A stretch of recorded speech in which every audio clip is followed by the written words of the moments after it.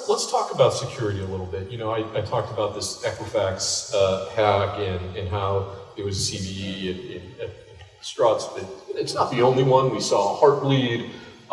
We've seen, you know, in projects out there, these CVEs can cause real havoc. And, you know, in terms of, you're aware of the Core Infrastructure Initiative, the work we're doing there. What are your thoughts on how we can improve if open source is the wellspring from which downstream all these products and services and so forth are made, and then the salmon swim back upstream to redeposit code? I'm losing the metaphor here, but you get what I'm talking. How do we improve that wellspring from a security perspective? What are your thoughts? So, I mean, I'm one of those people who will tell everybody that the concept of absolute security does not exist. And even if we do a perfect job, which we try, but let's be honest, we'll always have bugs where we overlooked some detail and a smart person comes in and say, hey, that's a bug that I can actually take advantage of. Even if we were to do a perfect job, there are all these projects that use the kernel, and then even if they do a perfect job, somebody will deploy the end result wrongly, and it's not secure despite all the work we did. So there is no such thing as perfect security or absolute security, but at the same time, I think people have gotten so aware of the issue, and most of the projects I'm aware of so I'll talk about the kernel because that's what I obviously care about the most. We not only have all the infrastructure in place to do various checking, both statically and at runtime, but what I'm happiest about is I see all these tools to fuzz inputs. It turns out random attacks is very powerful for finding various bugs, and some of those bugs are security. When you have that infrastructure, and I'm seeing a lot of projects use that infrastructure, it's getting to the point where you may not reach absolute security, but people who deploy the default models today are so much better off, and they have so many layers of security that we're making obvious improvements. And will we ever get to a perfect world? No. But I'm not actually worried. As a technical person, I'm also always very impressed by some of the people who are attacking our code. And you get kind of, sometimes I get the feeling that these smart people are doing really bad things, but I wish they were on our side, because they are so smart and they could help us. And that's where I actually want us to go, where we try to get as many of those smart people before they turn to the dark side,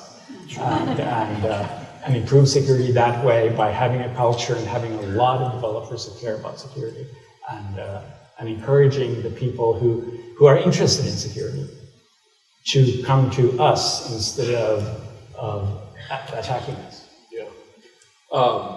In other words, get the Padawan learners early, so that before they turn to the dark side. This is getting to be a bit too LA. You know, the Linux Foundation is actually in the Lucas building, so we love Star Wars metaphors. Well, you know, speaking of young people, you know, one of the things that comes up all the time is how do we get the next generation of developers? I mean, you heard Keane as well, into projects, and I do see young developers in a lot of projects. Node.js is a great example. But the kernel skews a little bit older, with all due respect. What's your perception in terms of how young people are coming in to the kernel? Are you seeing? I actually think we're very good at that. Mm-hmm. We see a lot of the top-level developers have been around for a long time. That does mean we're getting older, we're getting fatter. But we have a ton of new people. The kernel is kind of still an odd, you know what, let me start over. in order to get into the kernel, you have to be interested in the kind of low-level coding that a lot of people just aren't interested in. I don't think the kernel will ever be something that you would want to teach in a high school class, just because it is still esoteric enough. Device drivers, actually knowing how a CPU works, it's pretty esoteric, and you need a special kind of dedication to really even bother to care. At the same time, because it's so esoteric, the number of people who care may be a small percentage, but thanks to the internet, we can capture that. And because being open source means that people can play with Linux in the way they can't play with proprietary projects, we get, I think, a large percentage of the people who are interested in these kinds of low-level problems. And we have thousands of people and new people every single release. A lot of people will only do something small, and maybe they notice that it was a bit too involved, or maybe they only had one small thing they needed to fix. But I actually, from a health perspective, the kernel has more developers than just about any other open source project out there. And so I'm not worried about that. I've seen other projects that flounder to get new people and flounder to get the kind of mind share that people are aware of them to come into it.